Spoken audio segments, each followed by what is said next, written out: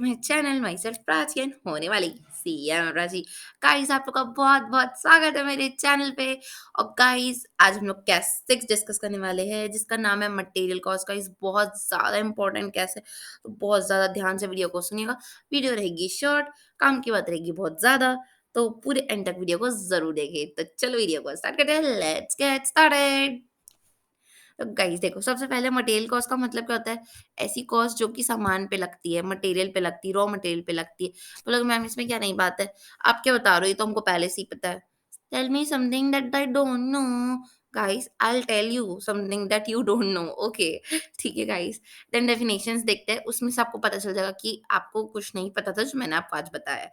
ठीक है, देखो गाइस, बहुत सारे टाइप के टर्म्स होते हैं जो हमको लगते हैं सेम है, बट सेम नहीं होते वो। जैसे कि देखो गाइस, रिवर्क्स। रिवर्क्स का क्या मतलब होता है? जैसे कि कोई सामान बना है, अब वो जो सामान है ना वो उतना परफेक्ट नहीं बना है जितना उसको परफेक्ट बनना चाहिए था। फॉर एग्जाम्पल मैं देती हूँ, ये वीडियो जिसे बना रही हूँ मैं, कभी कभी ऐसा होता है कि जो वीडियो मैं बनाती हूँ मुझे खुद को सेटिस्फैक्टरी नहीं लगती, तो मैं क्या करती हूँ, फिर से बनाती हूँ उस वीडियो को। ठीक है, तो जैसे कि एक ही वीडियो को हम लोग 2-3 बार बनाते हैं तो उसको रिवर्क बोलते हैं। मतलब उस पे अपन क्रॉप एडिट करके फिर उसको ठीक करके बनाते तो वो रिवर्क हुई। और फॉर एग्जाम्पल बीच में कोई आ गया या फिर कुछ ऐसे प्रॉब्लम हो गई, कुछ भी हो सकता है, तो गाइस जैसे कि पावर ऑफ हो गया, तो उस वीडियो को रिजेक्ट करना पड़ जाता है। कभी-कभी कुछ गलत बोल देती हूँ, तो रिजेक्ट करना पड़ जाता है। ठीक है गाइस, तो जो चीज़ रिवर्क के बाद भी ठीक नहीं हो सकती, उसको बोलते हैं रिजेक्ट। और रिवर्क मतलब जो चीज़ थोड़ा-सा एफर्ट डाल दो, थोड़ा-सा कॉस्ट डाल दो, तो वो ठीक हो जाएगी, तो उसको बोलते हैं रिवर्क। ओके गाइस, इंटरमीडिएटरी का मतलब वर्क इन प्रोग्रेस होता है, nothing else. Then guys, scrap का मतलब क्या होता है? ऐसी चीज़ जिसकी इनसिग्निफिकेंट वैल्यू होती है, इसकी वैल्यू बहुत ज़्यादा कम होती है, उसको बोलते हैं अपन स्क्रैप। वेस्ट मतलब गाइस जो नॉर्मल कोर्स में होता है, जैसे कि आपका इवोपरेशन हो जाना, मतलब आपने लाया वो पेट्रोलियम और वो थोड़ा-सा उड़ गया, तो क्या हुआ? वेस्ट हो गया वो। ठीक है, स्पॉइलेज मतलब गाइस जो आपकी क्वालिटी स्टैंडर्ड्स है, आपने सेट करके रखे कि मेरे को कम से कम इतनी क्वालिटी के गुड्स चाहिए। अगर आपके गुड्स यहाँ पर पहुँचे, तो आपका ये स्पॉइलेज है। ओके गाइस, आई होप आपको ये सारी चीज़ें पता चल गई होगी और इनके बीच का डिफरेंस भी। ओके, देन गाइस अपन देखते हैं कि पीपी क्या होता है। पीपी क्या होता है? तो गाइस पता है आपको, प्लांट इक्विपमेंट्स है ना, वो वाला एएस जो होता है ना, AS10 वही है। ठीक है, property plant and equipment AS10, yes guys वही है। ठीक है, तो आपको वो वही है। ठीक है, मतलब क्या होता है मैम, आप क्या वही वही बोल रहे हो गाइस? फिक्स्ड असेट्स जो होते हैं ना, उनको एमोर्टाइज किया जाता है फॉर द पीरियड जितनी उनकी लाइफ होती है, उसी को वही वाला जो कैश एएस होता है ना, उसी को अपन बोलते हैं property plant and equipment. Okay guys, then आपको मैं बताऊंगी कितने टाइप के मटेरियल्स होते हैं। गाइस बहुत ज्यादा टाइप के मटेरियल होते हैं, जैसे कि मैं आपको बताने वाली हूँ। ठीक है, तो देखो जैसे फर्स्ट क्या है, रॉ मटेरियल। रॉ मटेरियल मतलब जो मटेरियल अपन लाते हैं उसको प्रोसेसिंग करते हैं, देन फिनिश गुड्स बनता है।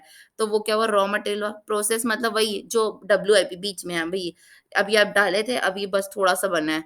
जैसे कि फॉर एग्जाम्पल जूस बना रहे हो, तो जूस में आप ऐसे फ्रूट्स डाले हो, फिर आपको एक बार बस ऐसे किए जूसर को, तो उसमें थोड़ा-थोड़ा पल्प है, थोड़ा-थोड़ा जूस है, थोड़ा-थोड़ा क्रश है, थोड़ा-थोड़ा अभी शुगर डली नहीं है। तो गाइस ये क्या हुआ, प्रोसेस चल रहा है, तो ये WIP। अब जूस बन गया है, तो वो मैन्युफैक्चर्ड मस्त ग्लास में डाल दिए, पीने लायक मस्त बन गया। अब तो ये क्या हुआ, मैन्युफैक्चर हो गया वो। ठीक है, देन गाइस सब असेंबली क्या होगी, उसमें आप क्या कर रहे हो एक जैसे कि फॉर एग्जांपल आपने ऑरेंज जूस बनाया, तो उसमें कोई-कोई आपने देखा होगा कि जूस रहता है, उसमें अपन उसमें एक ऑरेंज की स्लाइस लगा देते हैं डेकोरेशन पर्पस से, स्ट्रॉ लगा देते हैं, तो वो सब असेंबली हुई। एक्सेसरीज गाइस वो चीज़ें होती है जिसका लगाना ज़रूरी नहीं था। फॉर एग्जांपल कार का एग्जांपल लेते हैं, अगर कार है, उसमें म्यूजिक प्लेयर रहे या ना रहे, एसी रहे ना रहे, कार तो रहेगी ना। कार तो ऐसा नहीं है कि कार नहीं रहेगी, अगर म्यूजिक प्लेयर नहीं है तो ये तो कार नहीं है, ये तो बैलगाड़ी है। ऐसा तो नहीं बोलोगे ना।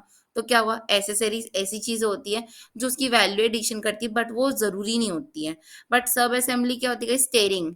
स्टेयरिंग को आप अकेले नहीं बेच सकते, स्टेयरिंग कोई नहीं खरीदेगा बिना कार के, मतलब एज अ स्पेयर पार्ट खरीद सकता है, बट कोई ये तो नहीं बोलने जा रहा है यार मैं स्टेयरिंग खरीदने जा रहा हूँ, पता है तेरे को पता है आज मैंने स्टेयरिंग खरीदी, ऐसा कोई बोलता है क्या? नहीं ना। तो सब असेंबली वो एसेंशियल पार्ट होता है जिसके बिना पूरा जो आपका प्रोडक्ट है वो कंप्लीट नहीं हो सकता है। कोई कार बिना स्टेयरिंग के देखे हो आप? ऐसा बोलते हैं क्या बेचते समय, "ए तो कार रख लो, स्टीयरिंग खरीद लेना।" ठीक है? तो सब असेंबली ऐसा सिग्निफिकेंट पार्ट होता है, बट एक्सेसरी उतना सिग्निफिकेंट नहीं होता, वो अपनी एज़ पर चॉइस रहती है। ठीक है? देन गाइस कंजम्पशंस वो होते हैं जो कंज्यूम्ड हो जाते हैं। फॉर एग्जाम्पल गाइस आप कुछ भी मान लो यार गाइस, जैसे कि अपन कपड़ा कपड़ा खरीदते हैं, तो उसमें जो धागा होता है वो कंज्यूमेबल्स होता है। वो जो धागे की कॉस्ट है उसको थोड़ी ना लेते रहेंगे, कंज्यूमेबल्स है वो कंज्यूम हो गया प्रोसेस में। ठीक है, और अदर इनडायरेक्ट कॉस्ट कुछ भी हो सकती है। इसके अलावा गाइस इसमें मैं लिखना भूल गई, जैसे कि अपना टूल्स हो गया, जिग्स हो गया, डाइस हो गया, मोल्ड्स हो गया, वो सब जो होता है ना, वो भी कंज्यूमेबल्स में ही आते हैं, मतलब वो लोग भी कंज्यूम्ड हो जाते हैं over the period of time. ठीक है गाइस, आपको समझ में आ रहा है ना गाइस? कुछ भी डाउट होता है ना तो फील फ्री यार, कमेंट कर दो, मैं पक्का आपको डाउट क्लियर कर दूंगी। ठीक है, तो गाइस इसके, हाँ गाइस, एक इंपॉर्टेंट बात, बहुत सारे बच्चे मुझसे पूछ रहे थे कि मैम नोट्स कहाँ से मिलेगा, ये वाला आपका हैंड रिटन नोट्स। तो गाइस इसका hand written notes WhatsApp group की लिंक है डिस्क्रिप्शन बॉक्स पे, उस पे जाके क्लिक कीजिए, आपको मिल जाएगा, आप ग्रुप में एंटर होके आपको मिल जाएगा। ओके गाइस, देन अपन आगे बढ़ते हैं। आगे में प्रिंसिपल मेजरमेंट कैसे करेंगे मैम, कैसे मेजर करेंगे, समझ में नहीं आ रहा है। देखो गाइस, गुड्स को अपन अगर रिसीव करें तो गाइस वो दो टाइप के गुड्स हो सकते हैं, जैसे कि एक होता है इंपोर्टेड गुड्स, एक तो इंडिजिनियस गुड्स। इंडिया में जो गुड्स बनता है उसको बोलते हैं इंडिजिनियस गुड्स, जो बाहर की कंट्री से हम ला रहे हैं अपने पास, उसको बोलते हैं फॉरेनर, मतलब फॉरेनर गुड्स नहीं, इंपोर्टेड गुड्स। ठीक है guys, then guys material issues होते हैं। ठीक है गाइस, इशू मतलब मटेरियल को इशू करना। ओके गाइस, इसी के साथ हमारे टाइप्स है बच्चे हैं सिर्फ स्पेयर के। देन बहुत इजी इजी बच्चा, बस देखो गाइस, ये जो टाइप्स है ना, ये स्पेयर्स के टाइप है। ठीक है, स्पेयर के टाइप है। स्पेयर के टाइप मतलब स्पेसिफिक, जैसे कि गाइस कोई बहुत हाई फाई मशीन लगी है आपके आपके फैक्ट्री में।